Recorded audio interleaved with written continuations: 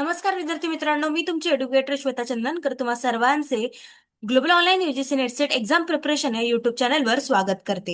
UGC net exam 2025 साठी आपण prepare करतो आहोत आणि पेपर 2 विषय मराठी यामध्ये आपण आज पाहणार आहोत घटक 3 भारतीय तत्वाची संकल्पना व भाषांतर मिमीचा. यावरच आपण महत्वाचे पीवायक्यू प्रश्न पाहणार आहोत. याआधी आपण बाकीचे घटक सुद्धा घेतलेले आहे. घटक 10 पासून आपण सुरुवात केलेली होती. हे व्हिडिओ ऑलरेडी आपल्या युट्यूब चॅनलला आहे आणि आपली जी बॅच आहे मराठीची ती येत्या 18 ऑगस्ट पासून सुरू होते आहे. जर का तुम्हाला एनरोल करायचं असेल तर दिलेल्या नंबरवर तुम्ही संपर्क करू शकता किंवा ग्लोबल ऑनलाईन ॲप प्ले स्टोअरवरून डाउनलोड करू शकता. ग्लोबल ऑनलाईन आपल्यासाठी घेऊन आले आहे पेपर 2 विषय मराठीचा विषय मराठीचे कोर्स, ज्यामध्ये या बॅचमध्ये तुम्हाला मिळणार आहे पेपर 1 मोफत, रेकॉर्डेड प्लस लाईव्ह क्लासेस, 10ही युनिट्सचे तुम्हाला नोट्स मिळणार आहे. सोबत पीवायक्यू टेस्ट, मॉक टेस्ट आणि संपूर्ण अभ्यासक्रमावर सुद्धा टेस्ट मिळणार आहे आणि घटकनुसार सुद्धा टेस्ट मिळणार आहे. याची जी फीज आहे ती 10,000 रुपये आहे, पण खास तुमच्यासाठी ती 8,000 रुपये असणार आहे. त्यामुळे नक्कीच एनरोल करा. आपली जी बॅच आहे ती 18 ऑगस्ट पासून सुरू होते आहे आणि जर का तुम्हाला एनरोल करायचं असेल तर दिलेल्या नंबरवर तुम्ही संपर्क करू शकता किंवा ग्लोबल ऑनलाईन ॲप प्ले स्टोअरवरून डाउनलोड करू शकता. ग्लोबल ऑनलाईन डाउनलोड केल्यानंतर माय कोर्सेसमध्ये जाऊन मराठी लिहा. त्यामध्ये अशा पद्धतीचे 2 कोर्सेस येतील. त्यामध्ये यूजीसी नेटसेट मराठी यामध्ये जाऊन तुम्ही पब्लिश कोर्स करा आणि त्यामध्ये कंटेंटमध्ये गेल्यावर तुम्हाला NET SET paper 2, paper 1, PYQ test, mock test, unit wise test असं सगळं तुम्हाला कंटेंट मिळणार आहे. नक्कीच याचा फायदा घ्या. चला तर मग सुरुवात करूया.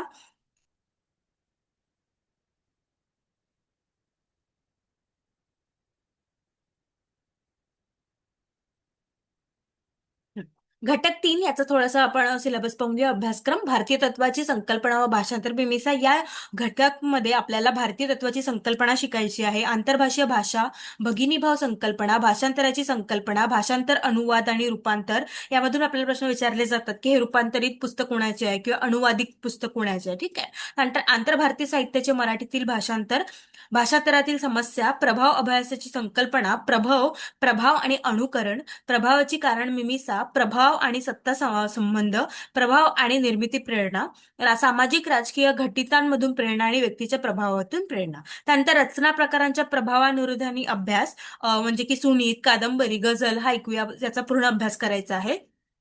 सोबत अभंगाचा आधुनिक कवितेवर काय प्रभाव पडला हे सुद्धा आपल्याला या घटकामध्ये अभ्यास करायचा आहे. आणि पाश्चात्य नाट्यप्रवाहाचा व लोककलांचा मराठी रंगभूमीवरील प्रभाव काय आहे हे सुद्धा आपल्याला घटक 3 मध्ये अभ्यास करायचा आहे. चला तर मग प्रश्नांना सुरुवात करूया. पहिला प्रश्न आहे, साहित्याचे मूळ ज्या भाषा नामक संस्थेत असते तिचे स्वरूप तेथील विशिष्ट ठरवत असते. काय ठरवत असते? मानवी जीवन, भौगोलिकता, सामाजिकता की यापैकी काहीही नाही. साहित्याचे मूळ ज्या भाषा नामक संस्थेत असते तिचे स्वरूप तेथील विशिष्ट ठरवत असते. काय काय ठरवत असते? तर साहित्याचे मूळ ज्या भाषक नामक संस्थेत असते तिचे स्वरूप तेथील सामाजिकता विशिष्ट ठरवत असते. त्यामुळे आपलं उत्तर काय असणार आहे? क असणार आहे, सामाजिकता. त्यानंतर हे डॅश हे मानवाप्रमाणे स्थल कालादी वैशिष्ट्यांच्या आश्रयाने अवतरते. साहित्य, लोकजीवन, संस्कृती की यापैकी काही नाही. काय मानवाप्रमाणे स्थल कालादी वैशिष्ट्यांच्या आश्रयाने अवतरते ती काय आहे? तर संस्कृती आहे. ठीक आहे. त्यामुळे आपलं उत्तर काय असणार आहे? क असणार आहे. त्यानंतर सारख्या थोर नाटककाराच्या नाटकांमधील वातावरण आणि व्यक्ती यांच्या महत्ता त्यांच्या विश्वात्मकते असते. तर हे कोणी म्हटलेलं आहे? Moliere, Goethe, Shakespeare, Voltaire. कोणत्या मोठ्या थोर नाटककारांच्या नाटकांमधील वातावरण आणि व्यक्ती यांची महती सांगितलेली आहे? तर त्या कोणत्या यांच्याबद्दल सांगितलेली आहे? शेक्सपियर. शेक्सपियर तुम्ही खूप मोठे नाटककार होते ना. मोठे थोर नाटककार आहेत विलियम शेक्सपियर, ज्यांना आपण ओळखतो. आणि इंग्रजी भाषेतील त्यांचे खूप नाटकं आणि काव्य आहेत जे अजरामर आहेत. काय आहेत? अजरामर. आणि त्यांचे प्रभाव मराठी साहित्यावर पण आलेले आहेत. म्हणजे आपल्याला मिळतोच त्यांचे पाहायला. ठीक आहे. त्यानंतर जेव्हा आपण मराठी साहित्याचा किंवा नाटकाचा अभ्यास करतो तेव्हा त्यांच्या पण नाटकाचा आपल्याला अभ्यास करावा लागतो. त्यांचं the passionate pilgrim, the rape of Lucrece, lover's complaint असे त्यांनी भरपूर दीर्घकाव्य वगैरे लिहिलेले आहेत. ठीक आहे. आणि रूपांतरित नाटके, शेक्सपियरच्या नाटकांची रूपांतरित नाटकं, प्रेम गुफा वाशी आपटेंनी लिहिलेली, अगदी मनासारखं, संगीत प्रेम गुफा, पुन्हा ऑथेल्लो, झुंजराव है ना, गोविंद बल्लाळ देवळ यांनी लिहिलेलं होतं. त्यानंतर महादेव शास्त्री कोलटकर यांनी पण ऑथेल्लो लिहिलाय 1867 ला. ठीक आहे. All is well and the end ends well, A comedy of errors, king John, king Lear, king Richard the second, अशा भरपूर त्यांच्या नाटकांचे काय रूपांतर आणि अनुवाद झालेले आहेत, है ना. श्रेष्ठ साहित्य कृतीला असे तिहेरी अस्तित्व असते: अस्मिता, राष्ट्रीयता, विश्वात्मकता, यापैकी सर्व. श्रेष्ठ साहित्य कृतीला श्रेष्ठ साहित्य कृती कधी मांडली जाते? जेव्हा अस्मिता, राष्ट्रीयता आणि विश्वात्मकता त्यांच्यामध्ये असते. त्यामुळे आपलं उत्तर काय असणार आहे? ड असणार आहे, यापैकी सर्व. ठीक आहे. त्यानंतर राष्ट्रीय स्वभावाचा आश्रय म्हणजे अज्ञानाचा कबुली जबाब आहे, हे मत त्यांनी व्यक्त केलं. कोणी? Max Weber, Max Beth, Voltaire, Aristotle. राष्ट्रीय स्वभावाचा आश्रय म्हणजे अज्ञानाचा कबुली जबाब आहे, हे मत व्होल्टेअर जे आहेत त्यांनी मत व्यक्त केलेलं आहे. ठीक आहे. त्यानंतर सारखी भाषा कोणत्या भाषेसारखी विभिन्न राष्ट्रीय साहित्यांना जन्म देते? कोणती भाषा विभिन्न राष्ट्रीय साहित्यांना जन्म देते ते विचारलेलं आहे. हिंदी, इंग्रजी, ओडिशी, जापनीज.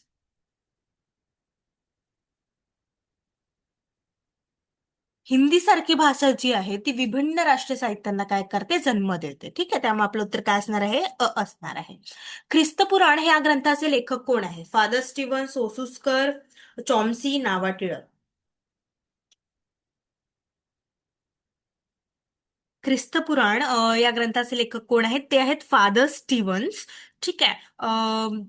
हे इंग्रजी धर्मोपदेश जे आहे त्यांनी लिहिलेले प्रसिद्ध मराठी काव्य आहे. हे काव्य बायबलमधील कथांचे मराठीत रूपांतर केलेले आहे. कधी?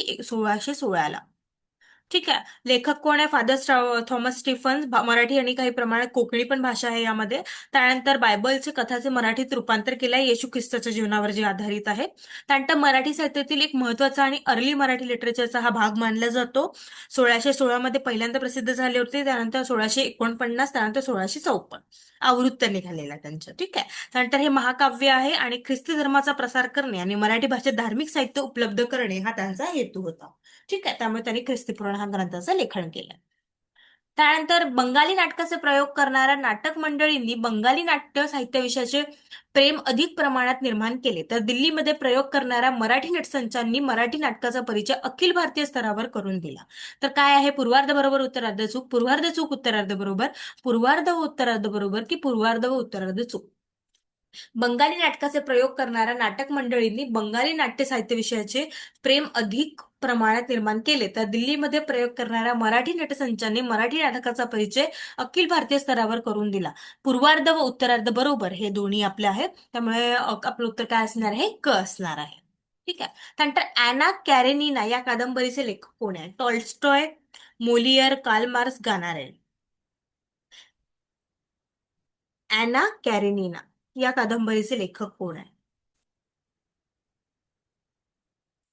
या कादंबरीचे लेखक आहेत टॉल्स्टॉय यांनी. टॉल्स्टॉय यांनी लिहिलेली एक प्रसिद्ध रशियन कादंबरी आहे. कोणती आहे? रशियन कादंबरी. ठीक आहे. त्यामुळे आपलं उत्तर काय असणार आहे? असणार आहे. त्यानंतर दादा इझनमध्ये अनयुक्त असलेली प्रवृत्ती आधी चित्रकलेतून प्रकट झाली. तर कोणत्या म्हणजे त्यांचे कोणते वाद्य आहे? सौंदर्यवादी आहे, वास्तववादी आहे, अतिवास्तववादी आहे की अस्तित्ववादी आहे? दादा इझममध्ये अनुस्थ असलेली प्रवृत्ती कशातून, कोणत्या वादातून झालेली आहे? ती अस्तित्ववादातून झालेली आहे. सॉरी, अतिवास्तववादी मधून झालेली आहे ही प्रवृत्ती आहे, चित्रकलेतून प्रकट झालेली आहे. त्यामुळे आपलं तर काय असणार आहे? क असणार आहे. त्यानंतर आंतरराष्ट्रीय साहित्यिक विनिमयाला वाहून घेणाऱ्या सारख्या संस्था गेली अनेक वर्ष आपले काम सातत्याने करत आहे. तर ते कोणतं आहे? पेईएन, झेडईएन, एईएन. कोणती संस्था आहे ती की यापैकी कोणीही नाही? आंतरराष्ट्रीय साहित्यिक विनिमयाला वाहून घेणाऱ्या सारख्या संस्था गेली अनेक वर्ष काम करते, ती आहे पीईएन. ज्याला आपण आंतरराष्ट्रीय ही जगभरातील लेखक, कवी आणि निबंधकारांची एक संघटना आहे जी साहित्य आणि अभिव्यक्ती स्वातंत्र्याला काय करते? प्रोत्साहित करते. ठीक आहे. त्यामुळे पीईएन तुम्ही लक्षात ठेवा. देशात विश्वभारती, आंतरभारतीय, नॅशनल बुक ट्रस्ट, साहित्य अकादमी या संस्था साहित्य आदान-प्रदानाच्या कामी कार्यरत आहेत. कुठे? जर्मनीमध्ये, रशियामध्ये, भारतामध्ये की श्रीलंकामध्ये? तर विश्वभारती विद्यापीठाची स्थापना रवींद्रनाथ टागोर यांनी केली होती आणि भारतातील एक महत्वाचे सांस्कृतिक शैक्षणिक केंद्र आहे, है ना. त्यानंतर साहित्य अकादमी भारताची राष्ट्रीय साहित्य अकादमी आहे, जी भारतीय भाषांमधील साहित्याच्या विकासासाठी कार्य करते आणि त्यांना विविध पुरस्कार सुद्धा प्रदान करते, जसे की साहित्य अकादमी पुरस्कार. त्यानंतर नॅशनल बुक ट्रस्ट जी आहे ती भारतातील पुस्तके आणि वाचनाला प्रोत्साहन देणारी संस्था आहे. ठीक आहे. त्यामुळे आपलं उत्तर काय असणार आहे? भारत असणार आहे. आणि हे सर्व भारतात कार्यरत आहे आणि त्या साहित्य संस्कृतीच्या प्रसारात योगदान सुद्धा त्यांचं आहे. ठीक आहे. त्यामुळे आपलं उत्तर काय असणार आहे? भारत असणार आहे. त्यानंतर भाषांतर हा निबंध यांनी लिहिलेला विष्णू शास्त्री चिपळूणकर, कृष्णशास्त्री जांभेकर, नागो कालेलकर यापैकी नाही. भाषांतर हा निबंध कोणी लिहिलेला आहे? भाषांतर हा निबंध जो आहे हा विष्णू शास्त्री चिपळूणकर यांनी लिहिलेला आहे. आणि मराठी भाषेत निबंध लेखनाचे ते जनक मानले जातात. आणि त्यांनी भाषांतर हा निबंध लिहिलाय. त्यामुळे आपलं उत्तर काय असणार आहे? असणार आहे.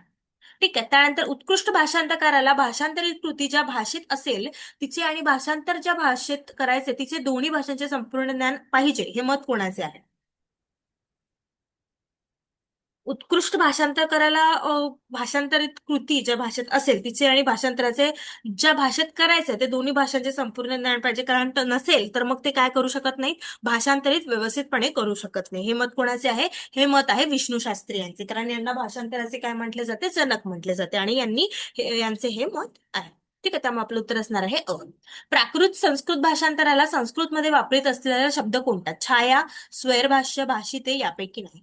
प्राकृत आणि संस्कृत भाषांतराला संस्कृतमध्ये कोणता शब्द वापरले जातात? तो वापरला जातो छाया. ठीक आहे. त्यामुळे आपलं उत्तर काय असणार आहे? असणार आहे छाया. त्यानंतर समीक्षक याने शब्दशः भाषांतर आणि आशयानुगामी भाषांतर आणि अनुकृतीरूप भाषांतर असे भाषांतराचे 3 प्रकार सांगितले. तर कोणी सांगितले? कोणता समीक्षक आहे? विक्टर ह्युगो, ड्रायडन, थिओडोर ॲव्हेरिक यापैकी नाही. समीक्षक यांनी कोणत्या समीक्षाने? ड्रायडन जे आहेत त्यांनी अशा पद्धतीचे प्रकार सांगितलेले आहे. शब्दशः भाषांतर म्हणजे लिटरल ट्रान्सलेशन, आशयानुगामी म्हणजे अडॅप्टिव्ह ट्रान्सलेशन आणि अनुकृती रूप भाषांतर म्हणजे इमिटेटिव्ह. हे कोणी सांगितलेले आहे? ड्रायडन नावाच्या समीक्षकांनी सांगितले आहे. त्यामुळे आपलं उत्तर काय असणार आहे? असणार आहे. अनुवादकाने स्वतःला 3 प्रश्न विचारावेत. लेखक काय बोलतो, तो काय सांगतो आणि तो कसा बोलतो. हे मत कोणाचे आहे? थिओडर सॅव्हरी, ट्रायडन, विक्टर ह्युगो की मोलियर. अनुवादकाने स्वतःला 3 प्रश्न विचारावेत. लेखक काय बोलतो, तो काय सांगतो आणि तो कसा बोलतो. हे मत कोणाचे आहे? थिओडर सॅव्हरी यांचे आहे. ठीक आहे. त्यामुळे आपलं उत्तर काय असणार आहे? असणार आहे.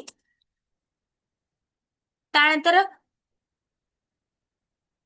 बाह्योद्यान स्थित हर शीर्ष चंद्रिका धोत हत्या या मेघदूतातील चरणांचा यांनी जाणते बाह्योद्यान स्थित हर शिरचंद्रिका धोत करी असा मराठी अनुवाद केलेला आहे. कोणी केलेला आहे? नावा टिळक, माधव जुलियन, कृष्णशास्त्री, वसंत बापट. हे कोणी केलेलं आहे? माधव जुलियन जे म्हणतो आपण त्यांनी हे केलेलं आहे.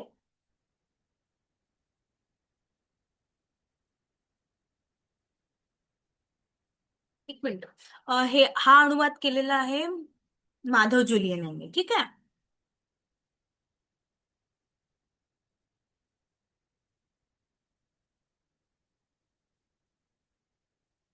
माधव जुलियन आपण कोणाला म्हणतो? डॉक्टर माधव त्रिंबक पटवर्धन उर्फ माधव जुलियन. ठीक आहे. आणि ते रवी किरण मंडळाचे संस्थापक होते. मराठी भाषेतील महत्वाचे कवी आहेत ते. फारसी आणि इंग्रजीचे प्राध्यापक सुद्धा होते. जुलियन यांच्या व्यक्तिरेखेवरून त्यांना माधवराव जुलियन असे म्हटलं जातं. आणि त्यांचे साहित्य जे आहे ते भरपूर आहे. काव्यविहार आहे, काव्यचिकित्सा, फारसी मराठी शब्दकोश सुद्धा यांनी लिहिलेला आहे. तर लक्षात ठेवा. सुधारक नावाचं दीर्घकाव्य आहे. स्वप्नरंजन काव्य या नावाचं काव्यसंग्रह आहे. ठीक आहे. त्यामुळे आपलं उत्तर काय असणार आहे? माधव जुलियन असणार आहे.